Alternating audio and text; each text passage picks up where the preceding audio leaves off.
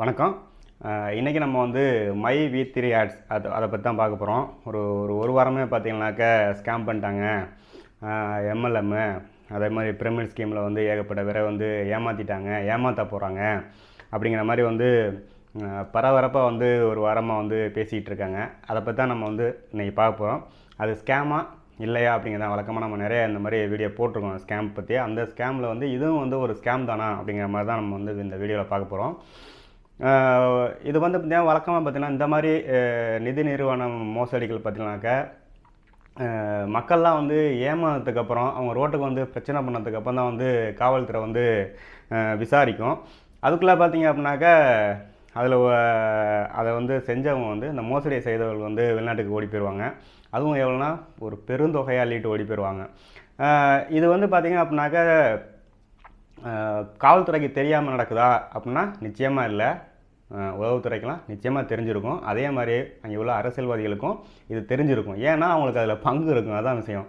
ஏன் அப்படின்னாக்கா இது வந்து நீங்கள் நினைக்கிற மாதிரி 1 கோடி 2 கோடி மோசடி கிடையாது.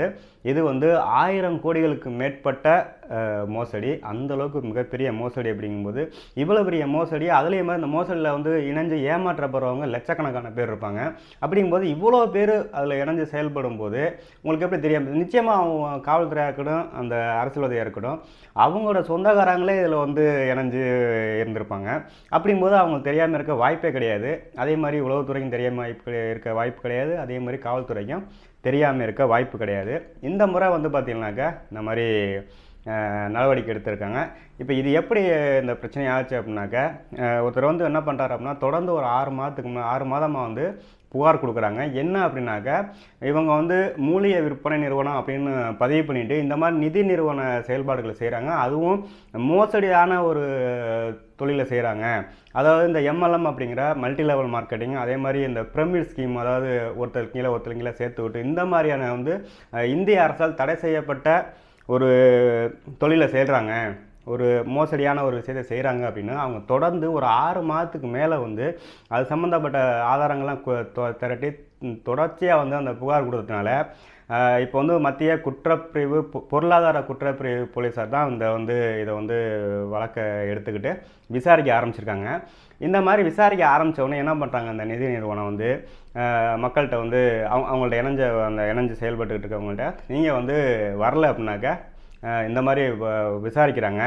இது மாதிரி விசாரித்து அவங்க எங்கள் மேலே பொய்யான வழக்கு போட்ட வந்து எங்களை வந்து முடக்க பார்க்குறாங்க. நாங்கள் முடங்கிட்டோம் அப்படின்னாக்கா உங்களுக்கு வந்து நீங்கள் முதலீடு பண்ண எல்லாமே போயிடும், இனிமேயும் பணம் வராது, அதுவும் முதலீடு பண்ணாதான் திருப்பி தரமாட்டோம், கிடைக்காது அப்படிங்கிற மாதிரி பயமுறுத்தினோடனே ஆயிரக்கணக்கான பேர் வந்து திரண்டிருக்காங்க. குறைஞ்சது ஒரு 4000 பேர்கிட்ட திரண்டாங்க. ஏன்னா வழக்கே வந்து 4000 பேர்கிட்ட போட்டிருக்காங்க. இந்த மாதிரி பொது அமைதிக்கு இது பண்ணது, போக்குவரத்தை வந்து பாதிக்கப்படை செய்யுது அப்படிங்கிற மாதிரி நிறையா இதுக்கு வந்து வழக்கு போட்டிருக்காங்க ஒரு 4000 பேர் மேலே. அப்படிங்கும்போது அவ்வளோ பேர் வந்து ஒரு பெரிய பிரச்சனை பண்ணிட்டாங்க. இப்போ என்ன அப்படின்னாக்கா இது வந்து இது உண்மையா, இது வந்து ஸ்கேம் தானா, மோசடி தானா அப்படின்னாக்கா முதல்ல இதை புரிஞ்சுக்கணும். இந்த நிறுவனம் வந்து பார்த்திங்கனாக்கா ஒரு மூலிகை விற்பனை நிறுவனம் அப்படின்னு தான் வந்து இவங்க வந்து பதிவு பண்ணியிருக்காங்க. ஆனால் இவங்க பண்ணுறது எல்லாமே அது தொடர்பே இல்லாது ஏதோ ஒரு பேருக்கு அதை கொடுக்குறாங்களோடைய. ஆனால் இவங்க செய்கிறது எல்லாமே மல்டி லெவல் மார்க்கெட்டிங், அதாவது பிரமிட் ஸ்கீம்ங்கிறது. ஒருத்தர் இருப்பாங்க, ஒருத்தர் இன்னொருத்தர் சேர்த்து விடுவாங்க, இன்னொருத்தவங்க சேர்த்து விடணும். அப்படிங்கும்போது இது வந்து ஒரு நிதி நிறுவனம். அதே மாதிரி உங்களோட டெபாசிட்டாக பணம் வாங்குறாங்க. அதாவது 300 ரூபாயில் ஆரம்பித்து 1 லட்சம் ரூபாய்க்கு மேலே வரைக்கும் வந்து இதை வந்து டெபாசிட்டாக வாங்கி நீங்கள் கட்டுற அமௌண்ட்டுக்கு தகுந்த மாதிரி வந்து உங்களுக்கு கமிஷன் கிடைக்கும் அப்படிங்கிற மாதிரி உங்களுக்கு வருமானம் கிடைக்கிறாங்க மாதிரி சொல்லி தான் வந்து இவங்க வாங்கியிருக்காங்க. அப்படிங்கும்போது இந்த மாதிரி நிதி நிறுவன நடவடிக்கைகள் இந்த மாதிரி டெபாசிட் சம்மந்தப்பட்ட விஷயங்கள்லாம் செஞ்சீங்க அப்படின்னாக்க இந்த மாதிரி நடவடிக்கையில் வந்து ஒரு நிறுவனம் செஞ்சதுன்னா நிதி நிறுவனம் தான் பதிவு பண்ணணும். நிதி நிறுவனம் பதிவு பண்ணுறதா இருந்தால் மத்திய வங்கியில் வந்து ரிசர்வ் பேங்கில் வந்து ஏகப்பட்ட விதிமுறைகள் வச்சுருக்காங்க. அதுக்கு இணையான டெபாசிட் அங்கே வைப்பு தொகை வந்து அங்கே வைக்கணும். அதுதான் வந்து அதோட விதிமுறை.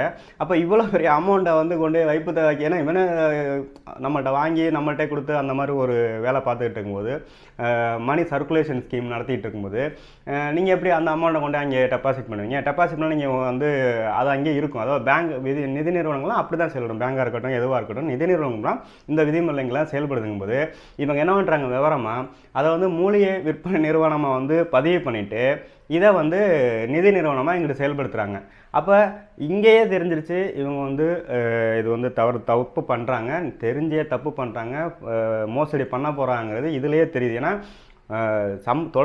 நிதிக்கு தொடர்பே இல்லாத ஒரு நிறுவனமாக பதிவு பண்ணிட்டு நிதி நிறுவனம், அதுவும் இது மாற்ற இது ஏற்கனவே நிறைய எம்எல்எம் இந்த மாதிரி ஸ்கீம் பிரமிட் ஸ்கீம் நடத்திட்டு நிறைய பேர் ஓடி போயிட்டாங்க. ஆயிரக்கணக்கான கோடிகளை கொண்டு ஓடிப்பாங்க. இப்போ கூட நம்ம இப்போ பார்த்தது கூட தெரிஞ்சிருக்கும், நம்ம வந்து இந்த ஆருத்ரா கோல்டு அந்த மாதிரிலாம் இருக்கும்போது பார்த்தீங்கன்னாக்கா இதை எப்படி தொடர்ந்து மக்கள் ஏமாந்துட்டு இருக்காங்க அப்படிங்கிறதான். ஏன் ஏமாறுறாங்க அப்படின்னாக்கா இங்கே உள்ள மக்கள் தொகை, இந்த பெரும்பாலான மக்களோட பொருளாதார நிலை, அதனால தான் வந்து அதை பயன்படுத்தி தான் இந்த ஸ்கேம் நடக்குது.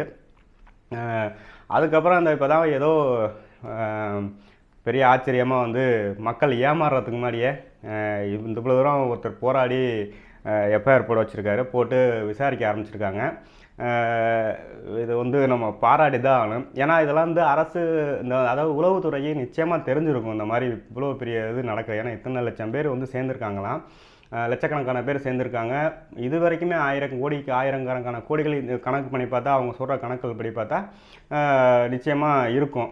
அதனால் வந்து இது தெரியாமல் இருக்க வாய்ப்பு இல்லை. சரி, இப்போவாது வந்து நடவடிக்கை எடுத்தாங்களே அப்படின்னு நம்புவோம். ஒன்றும் பிரச்சனை இல்லை. அவங்க அந்த நிறுவனம் வந்து இந்த மக்கள் வந்து என்ன சொல்கிறாங்க அப்படின்னாக்கா, அந்த நிறுவனங்களை ஏமாற்றலை, அங்கே வந்தவங்களாம் என்ன சொல்லியிருக்காங்க அந்த பேட்டிகளில் பார்த்தாக்க, அந்த நிறுவனங்களை ஏமாற்றலை, அந்த நிறுவனம் வந்து எங்களுக்கு கொடுக்க வேண்டியெல்லாம் சரியாக கொடுத்துக்கிட்டு இருக்காங்க அப்படின்னு சொல்கிறாங்க. நிச்சயமாக கொடுப்பாங்க. எது வரைக்கும் அப்படின்னா கடைசி நபர் சேர்ற வரைக்கும் நிச்சயமாக கொடுப்பாங்க. அதான் அந்த ஸ்கீமோட எம்எல்எம்ங்கிற அந்த மார்க்கெட்டிங்கோட ஸ்கேமோட செயல்முறையே. அதாவது இந்த நிறுவனம் பதிவு செய்ய முறை, அவங்க செயல்படுற முறையை பார்த்தாலே நமக்கு தெரியுது இது வந்து மோசடிக்கான அறிகுறி தான் அப்படிங்கிறது. முதல்ல வந்து எம்எல்எம் அந்த பிரமிட் ஸ்கீம்ங்கிறது இந்திய அரசால் வந்து தடை செய்யப்பட்ட ஒரு தொழில்முறை தான், அதை செய்யக்கூடாதுங்கிறது இருக்குது. அப்படிங்கும்போது நீங்கள் போய் அதை போய் ரெஜிஸ்டர் பண்ணவும் முடியாது, பண்ணிலாம் மாட்டிக்கிட்டுருங்க. அதனால இந்த மாதிரி பண்ணி ஏமாற்றுவாங்க. இப்போ வந்து அது ஓகே, இவங்க வந்து இதிலே தெரிஞ்சிருச்சு. இப்போ இந்த முறையை வந்து இவங்க எப்படி இந்த பிஸ்னஸ் வந்து இந்த பிஸ்னஸ் மெத்தட் வந்து எப்படி பண்ணுறாங்க அப்படின்னாக்க, முதல்ல வந்து பார்த்தீங்கன்னா இந்த அந்த தலைப்பே பார்த்தா தெரியும் அவங்களோட நிறுவனத்து பேர் மை V3 ஆட்ஸ். அப்படின்னா என்ன அதில் என்ன சொல்கிறாங்கன்னா அட்வர்டைஸ்மெண்ட்ஸ். ஸோ இவங்க என்ன பண்ணுறாங்க, நீங்கள் விளம்பர வீடியோ பார்த்தீங்க அப்படின்னாக்கா உங்களுக்கு வந்து காசு தருவோம். அது எவ்வளோ தர்றாங்கன்னா அதில் உள்ளவங்க, அதில் செயல்பட்டவங்களை பற்றி அவங்களோட இதெல்லாம் பார்க்கும்போது ஒரு நாளைக்கு 5 ரூபாயிலேருந்து 25 வரைக்கும் நீங்கள் அந்த வீடியோ பார்த்து எல்லாம் கிடைக்கும் அப்படிங்கிறாங்க. இன்னொன்று அடுத்தது பார்த்தீங்க அப்படின்னாக்க, இன்னும் இது வந்து நீங்கள் காசு கட்டாமையே உங்களுக்கு வந்து ஒரு நாளைக்கு 5 ரூபாயிலேருந்து 25 ரூபா வரைக்கும் கிடச்சிக்கும். அந்த வீடியோ பார்க்கும்போது என்னென்னு சொல்கிறாங்க, பார்த்துட்டோம்னு சொல்லணும், அதுக்கப்புறம் அதில் கோடு வரும், அதை காப்பி பண்ணி நீங்கள் வாட்ஸ்அப்பில் அனுப்பணும் அப்படிங்கலாம் சொல்கிறாங்க. இன்னொன்று பார்த்தீங்க அப்படின்னா பணம் கட்டி நீங்கள் வந்து உறுப்பினராக சேர்ந்தீங்க அப்படின்னா உங்களுக்கு அந்த ஆயுர்வேத நிறுவனம்ல, அதனால் வந்து ஆயுர்வேதிக் கேப்சூல் தருவாங்களாம். அதுக்கப்புறம் உங்களுக்கு கீழே வந்து ஆட்களை சேர்த்து விடணும் தான் உங்களுக்கு வந்து கமிஷன் கிடைக்கும் அப்படிங்கிறதான். நீங்கள் கட்டுற அந்த தொகைக்கு அந்த உறுப்பினர் தொகைக்கு தகுந்த மாதிரி உங்களுக்கு கமிஷன் கிடைக்கும் அப்படிங்கிறதான் வந்து அவங்க சொல்கிறது. இப்போ முதல்ல பார்த்தீங்க அப்படின்னாக்க இந்த வீடியோ ஆடு வீடியோ, அதாவது விளம்பர வீடியோ பார்த்தீங்கன்னா உங்களுக்கு காசு வரங்கிறது பார்த்தீங்கன்னா ஒரு லாஜிக்காக பார்த்தாலே, இப்போ நான் இருக்கேன்னு வச்சுங்களேன், இப்போ நான் வந்து ஒரு வீடியோ ஒரு விளம்பரம் கொடுக்குறேன், காசில் ஒன்று விளம்பரம் கொடுக்குறேன், ஒருத்தர் முறை கொடுக்கும்போது அதை நீங்கள் பார்க்குறீங்க, நீங்கள் சும்மா பார்த்துட்டு நீங்கள் போயிடுவீங்க. அப்படிங்கும்போது எனக்கு அதனால் என்ன பயன்? அப்போ நான் விளம்பரம் கொடுத்த எனக்கு வந்து எந்த பயனும் கிடையாது. அப்படிங்கும்போது நான் ஏன் வந்து உங்களுக்கு விளம்பரம் கொடுக்கணும்? நான் ஏன் காசு செலவுன்னு அந்த விளம்பரத்தை உங்கள்கிட்ட கொடுத்து நீங்கள் பார்க்கணும், உங்கள்கிட்ட காசை கொடுக்கணும்னு நினைக்கிறீங்க? அப்போ எனக்கு எந்த பயனுமே இல்லாமல் ஒரு கம்பெனி வச்சுருக்கேன், ஒரு நிறுவனம் வச்சுருக்கேன், வந்து நான் ஏன் வந்து வெட்டியாக செலவு பண்ண போகிறேன்? ஸோ இதுலேருந்தே உங்களுக்கு தெரிய வேணா, இது வந்து இதுவே வந்து ஃப்ராடு தான். ஸோ உங்களை வந்து ஏமாத்துறதுக்கு வந்து உங்களை வந்து உள்ளே கொண்டு போகிறதுக்கு இது ஒரு வழிமுறை. நீங்கள் என்ன பண்ணுவீங்கன்னாக்கா, தொடர்ச்சியாக வந்து உங்களுக்கு காசு கிடைக்கிது, தினமும் வந்து கரெக்டாக காசு வந்துட்டு இருக்கு, மாதம் நம்ம அக்கௌண்ட்டுக்கு வந்துடுது, வித்ட்ரா பண்ணால் வந்துடுது அப்படின்னு எனக்கு நம்பிக்கை வந்ததுக்கப்புறம் என்ன பண்ணுவீங்க அப்படின்னாக்கா, அப்போ உங்களை சொல்லுவாங்க, நீங்கள் வந்து மெம்பர்ஷிப் எடுத்துக்கிட்டீங்க அப்படின்னாக்கா, நீங்கள் கட்டுற அமௌண்ட் தகுந்த மாதிரி இவ்வளோ கிடைக்கும்னா ஒரு பெரிய சீட்டை கொடுப்பாங்க. அதாவது ஒரு எக்ஸல் சீட் மாதிரி போட்டு ஒரு இது தருவாங்க.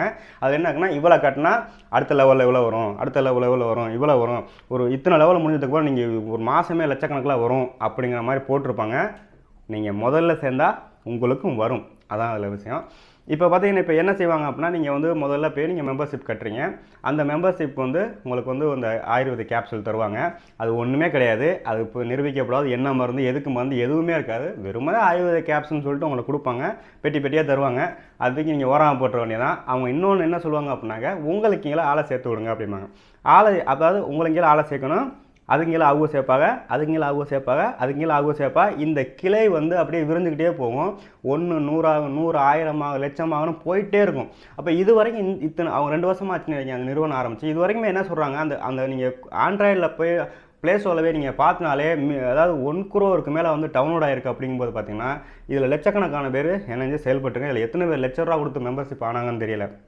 இப்போ முதல்ல சேர்ந்தவங்களுக்கு பிரச்சனை இல்லை. இது வந்து ஒரு இதை ஏன் பிரமிட் ஸ்கீம் அப்படின்னு சொல்கிறோம் அப்படின்னாக்க, மேலே ஒருத்தர் இருப்பான், அது அப்படியே அதுக்கு கீழே 2 பேர் இருப்பாங்க, அது 4 ஆகும், அப்படியே பிரிஞ்சுக்கிட்டே போகும். அதை பிரமிட் மாதிரி வர்றதுனால தான் அதை வந்து பிரமிட் ஸ்கீம்ங்கிறான்.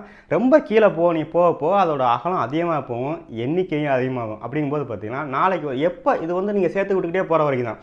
கடைசி மட்டத்தில் வந்து நீங்கள் வந்து அந்த சேர்றதுக்கு ஆள்லாம் போயிடும், நிச்சயம் போகும். ஏன்னா நம்ம என்ன மக்கள் வந்து பிறந்துகிட்டே இருக்காங்க, தினமும் கோடிக்கணக்கெலாம் பிறந்துட்டா இருக்கோம். அப்படிங்கும்போது பார்த்தீங்கன்னாக்க அந்த ஒரு கட்டத்தில் வந்து இதில் வந்து அதில் இந்த ஆர்வத்தில் நிறையா சம்பாதிக்க நினச்சி சேரக்கூடியவங்க நிச்சயமாக குறைஞ்சிருவாங்க. குறைஞ்சதுக்கப்புறம் அப்படியே நின்றும் போது என்ன ஆகும்னா அப்படியே சரிஞ்சு விழுந்துடும். சரிஞ்சு விழுகும்போது என்ன ஆகும்னா மேலே இருக்கான் பார்த்தீங்களா, அவன் கொண்டு ஓடி போயிடுவான், பல லட்சங்களை கொண்டு ஓடி போயிடுவான். அதுக்கு கீழே இருக்கவன் கொஞ்சம் அடிபடாமல் தச்சுக்குவான். கீழே இருக்கான் பார்த்தீங்களா, அவெல்லாம் நஞ்சிருவானுங்க. அப்போ தான் இந்த மக்கள் வந்து ரோட்டுக்கு வரும்போது என்ன ஆகும் அப்படின்னா, கீழே அடிமட்டத்தில் இருக்க அந்த இது பார்த்திங்கன்னா லட்சக்கணக்கான பேர் இருப்பாங்க. அவன் தான் லட்சக்கணக்கில் அந்த ரோட்டில் என்ன ஐயோ அம்மான்னு அடிச்சுக்கு நிற்கிறது. ஏன்னா அவனும் லட்சக்கணக்கில் விட்டுருப்பான். ஏன்னா ஆசை, அவன் வந்து காரில் அந்த இதில் வந்து கார் வாங்கிட்டான், அவன் வந்து இந்த லட்சம் சம்பாதிச்சிருக்கான், இத்தனை லட்சம் வீடு கட்டியிருக்கான், அப்போ நம்மளும் வாங்கலாம்னு சொல்லிட்டு 300 ஸ்கீமா 300 1,21,000 சொன்னாங்க. அது வரைக்கும் இருக்கும். அப்போ என்ன பண்ணுவோம், நம்ம கூட செலவுனா கூட கிடைக்கணும், கடன்லாம் வாங்கி அந்த மெம்பர்ஷிப் எடுத்து வச்சுருப்பாங்க. அப்போ ஒரு கட்டத்தில் என்ன ஆகும்னாக்கா, இந்த மாதிரி சேர்றதுக்கு ஆள் இல்லைங்கும்போது சேர்றதுக்கு ஆள்னாலே மேலே இருக்கவங்களுக்கு மேலே அடுத்த மேல் படிநிலை இருக்கவங்களுக்கு கொடுக்க காசு இருக்காது. ஏன்னா இது வந்து மணி சர்க்குலேஷன் ஸ்கீம் தான். அடுத்தது சேர்றாமத்தில் அவன்கிட்ட உள்ளதை வாங்கி தான் அதுக்கு மேலே உள்ள பிரித்து கொடுத்து அவன் கொஞ்சம் எடுத்துக்கணும். அப்படிங்கும்போது எண்ணிக்கை கூடும் போது மேலே இருக்கவங்க பயங்கரமாக காசு கிடைக்கும். அப்போ கீழே இருக்கவங்க வந்து கரெக்ட் நிற்கும் போது என்ன அந்த அந்த புதுசாக சேர்றவங்க வந்து கிளை வந்து விரிவடைகிற நிற்கும் போது என்ன பண்ணால் அவங்களுக்கு பணம் கொடுக்க மாட்டான். ஏன்னா அவன் கையிலேருந்து உங்கள்கிட்ட காசு கொடுக்க போகிறல, கீழே இருக்கவங்க கொடுக்காத மேலே வாங்கி தான் மேலே கொடுக்க போகிறாங்க. அப்படிங்கும்போது அப்படியே போட்டு வெளிநாட்டுக்கு ஓடி போயிடுவான். அதுக்கு அடுத்து இருக்கவங்க சம்பாரிச்சிருப்பானுங்க, கீழே இருக்கவங்க செத்தானுங்க. அவங்க தான் வந்து ரோட்டில் வந்து நிற்கும்போது என்ன பண்ணுறது, அதுக்குள்ளேயே ஓடி போயிடுவான். ஏற்கனவே சொன்ன மாதிரி தான் இவ்வளோ ஒரு பெரிய ஒரு விஷயம், இவ்வளோ பேர் ஒரு செயல்படுற இடத்த வந்து அரசுக்கோ உளவுத்துறைக்கோ காவல்துறைக்கோ அங்கே உள்ள அரசியல்வாதிக்கோ தெரியாதுன்னு சொல்கிறது நிச்சயமாக யாருமே நம்ப மாட்டாங்க. இது எல்லாமே எல்லாருக்கும் தெரிஞ்சு தான் நடக்குது. இந்த மை வீத்திரி ஆடுங்கிறது வந்து 2 வருஷத்துக்கு முன்னாடி ஆரம்பிக்கும் போதே நம்ம சொன்னோம், நிறையா பேர் சொன்னோம். வீடியோவில் யூடியூப்பில் இருக்கட்டும், ட்விட்டரில் இருக்கட்டும், ஃபேஸ்புக் எல்லாத்துலேயும் சொன்னோம் இது வந்து எம்எல்எம் ஸ்கீம், இதில் ஏமாறாங்க சொன்னதுக்கு. இப்போ நேற்று பிரச்சனையாக வந்ததுக்கப்புறம் அந்த செய்தியில் கிளைங்க அவ்வளோ பேர் வந்து அப்படியெல்லாம் கிடையாது. அவங்க வந்து உண்மையான நிறுவனம், பாருங்கள் எனக்கு காசு வந்துருக்கு, ஏன்னா காசு வந்துருக்கு அப்படிங்க. நம்ம என்ன சொல்கிறோம், நிதி நிறுவனமாக இல்லாமல் பதிவு பண்ணாமல் மூலிகை விற்பனை நிறுவனம் பதிவு பண்ணி இந்த மாதிரி பண்ணுறாங்கன்னா அவங்க பொருளாதார குற்றப்பில் வழக்கு கொடுத்து அதுக்கு ஆதாரத்தை கொடுத்து விசாரிக்கிறாங்க. நீங்கள் ஏன் வந்து பதறீங்க? அப்போ என்ன அப்படின்னா, நீங்கள் வரல இருப்பீங்க, கீழே சேர்த்து விட்டு அவங்க கொடுக்குற காசை வாங்கி நீங்கள் காசு பார்த்துக்கிட்டு இருக்கீங்க ஒரு ஆர்வத்தில், ஆசையில், பேராசையில் இந்த காசு வர்ற காசு நின்று போயிருமான்னு நீங்கள் பதட்ட போகிறீங்க. அதான் வந்து அப்போ என்ன அப்படின்னா, மேலே இருக்கவனுக்கெல்லாம் விஷயம் என்னன்னு தெரிஞ்சிருக்கும். அவன் என்ன பண்ணுறான், கீழே இருக்க வரைக்கும் வர்ற வரைக்கும் நமக்கு லாபம், அதை வந்து நிறுத்திடக்கூடாது, நின்று போயிருமோ அப்படிங்கிறத உங்களுக்கு உள்ள பதட்டம். அந்த அந்த அந்த பதிவுகளோட பார்க்கும்போது அது வந்து நல்லாவே தெரியுது, அது ஒரு பதட்டம் தான். ஆஹா இப்படி வந்து ஏன்னா இந்நேரம் அவனும் வந்து அதெல்லாம் விசாரிச்சு என்ன ஏதுன்னு பார்த்துருப்பானுங்க. ஆகா இப்படி வந்து போதே லட்சக்கணக்கில் நம்ம சம்பாரிச்சிக்கணும், இப்போ போதேன்னு இந்த 2வது நிலை 3வது நிலை 4வது இருப்பான் பார்த்தீங்களா, அவன்லாம் வந்து அவனுங்க தான் இப்போ வந்து இந்த யூடியூப்பில் இருக்கட்டும், இன்ஸ்டாகிராமில் இருக்கட்டும், ட்விட்டரில் போனால் அவங்க தான் உடையாந்து ஐயோ அந்த நிறுவனம் அப்படி இல்லை, அவர் யார் தெரியுமா குருஜிங்கிறானுங்க. இந்த நிறுவனத்தை நடத்துகிற அந்த திருட்டு பேரில் குருஜி அப்படிங்கிறானுங்க. என்ன சொல்கிறதுன்னு தெரியல. இப்போ வந்து இதில் ஒருத்தர் தான் அதுக்கு பின்னாடி இருப்பாருன்னா நிச்சயமே கிடையாது. இது பெரிய ஒரு கூட்டம், ஒரு கொள்ளை கூட்டம் மாதிரி தான். இதுக்கு பின்னாடி அவ்வளோ பெரிய கூட்டம் இருக்கும், அவங்க தான் இதெல்லாம் செய்யலாம். ஏன்னா இது ஒன்றும் சாதாரண விஷயம் கிடையாது, அவ்வளோ பெரிய விஷயம். இதை ஒரு ஆள் நடத்துகிற கிடையாது, பின்னாடி ஆள் இருப்பானுங்க. ஒருத்தனை மட்டும் தான் மூஞ்சியை காட்டுவானுங்க. அவன் மாட்டினா அவன் மட்டும் அதெல்லாம் ஓடி போயிடுவாங்க. இவன் மட்டும் தான் மாட்டான், மாட்டலைன்னா இவனுக்கு காசை கொண்டு போனேன், இவனுக்கும் சேஃப்டி பண்ணிக்கிடுவாங்க. அதனால் பார்த்தீங்கன்னாக்க இதில் வந்து இந்த எம்எல்எம்னாலே அது வந்து உங்கள் பணத்தை வாங்கி உங்கள்கிட்ட கொடுக்குற வேலை தான். அதனால் வந்து இது வந்து என்ன சொல்கிறேன்னா, இது வந்து ஆதி காலத்து மோசடி முறை. இந்த முறையை இன்னும் வந்து இந்த மக்கள் நம்புது அப்படின்னா அது காரணம், ஒரே காரணம், இங்கே இருக்க மக்கள் தொகை. அந்த மக்கள் தொகையில் பெரும்பாலானவங்க வந்து அவங்களோட பொருளாதார நிலை தான் வந்து அவங்கள வந்து எப்படியாவது நம்ம வந்து பொருளாதாரத்தை முன்னுக்கு வரணும் ஏதாவது பண்ணும்போது இந்த மாதிரி ஒரு இதை காட்டி இவ்வளோ சம்பாதிக்கலாம் இவ்வளோ சம்பாதிக்கலாம், அவர் சம்பாதிச்சார் இவர் சம்பாதிச்சது பாருங்கள் ப்ரூஃப் அப்படிலாம் காட்டும்போது, அந்த அக்கௌண்ட் ஸ்டேட்மெண்ட்லாம் கொடுக்கும்போது இவங்களுக்கு ஒரு இயற்கையாக இவங்களுக்கு ஒரு ஆசை வந்துடும். ஆமாம் அவங்களாம் பாருங்க, அவங்களாம் இவ்வளோ பேர் சம்பாதிக்குமா, நம்ம சம்பாதிக்க மாட்டோமா அப்படிங்கிறதான் இதோட வந்து இந்த மோசடிகளுக்கான ஒரு அடிப்படையே. அதனால் வந்து இது நிற்குமானா இது நிற்காது. ஏன்னா இந்த ஸ்கீமை வந்து மாற்றி வேறு பேரில் வருவானுங்க. இதே முறை தான் எல்லாமே. அதுதான், ஆனால் பேர் சின்ன விஷயங்கள்லாம் மாற்றிட்டு புதுசாக வருவானுங்க.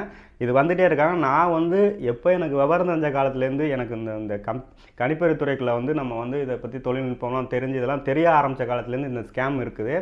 அப்போலேருந்தே இந்த work from home, job typing, data entry, அந்த என்ட்ரி இந்த என்ட்ரி அப்படின்னு நிறையா பண்ணுவானுங்க. இது எல்லாமே வந்து இதே ஸ்கீம் தான். நீங்கள் காசு கட்டினீங்கன்னா உங்களுக்கு இதெல்லாம் கூட ஒர்க்கு கொடுப்போம், நீங்கள் பண்ணி கொடுத்தீங்கன்னா அவ்வளோ தருவோம்னு சொல்லிட்டே இருப்பானுங்க. அதை அடுத்தடுத்து சேர்த்து விடணுமானுங்க. அது பெரிய அளவில் விரிவடைஞ்சு வெடிக்கிற மாதிரி ஒரு சூழ்நிலை வரும்போது போட்டு ஓடி போயிடுவானுங்க. ஸோ உங்கள்கிட்ட வாங்கின காசை உங்கள்கிட்ட கொடுத்துட்டு அவன் ஆள் கூட போகும்போது அவன்கிட்ட பெரிய அமௌண்ட் நிற்கும், அதை எடுத்து ஓடி போயிடுவானுங்க. அதனால் வந்து இந்த இந்த மாதிரி மோசடி நிற்குமா அப்படின்னா நிற்க வாய்ப்பே இல்லை. ஏன்னா ஏற்கனவே சொன்னதான், இந்த மக்கள் தொகையில் பெரும்பான்மையான மக்களோட பொருளாதார நிலை தான் அது காரணம். ஓரளவு படித்தவங்க, ஏன் சொல்லப்போனால் இந்த காவல்துறையில் இருக்கவங்களே அதில் வந்து சேர்ந்துருக்க வாய்ப்பு இருக்குது. நிறைய அரசியல்வாதிகளுமே அதில் சேர்ந்து நம்மளை சம்பாதிக்கலாங்கிற வாய்ப்பு இருக்குது. அப்படிங்கும்போது இது என்ன சொல்கிற, படித்தவங்க படிக்காதவங்க எல்லாருமே வந்து இந்த பொருளாதார நிலை தான் வந்து இதை வந்து முடிவு பண்ணுது. இதில் வந்து ஏமாறுறவங்களையும் ஏமாறாதவங்களையும். அதனால் முடிஞ்ச வரைக்கும் இந்த மாதிரி எளிமையாக சம்பாதிக்கலாம், வேலையே செய்யாட்டினாலும் மாதம் காசு கொட்டும் அப்படிங்கிறதுலாம் வந்துச்சுன்னா கொஞ்சம் யோசிச்சு பார்த்துங்க, நிறையா விசாரிங்க, எல்லா இடத்தையும் பார்த்துட்டு அதுக்கப்புறம் வந்து முதலீடு பண்ணுங்கள். அதனால் வந்து ஏமாறாதீங்க, அவ்வளோதான்.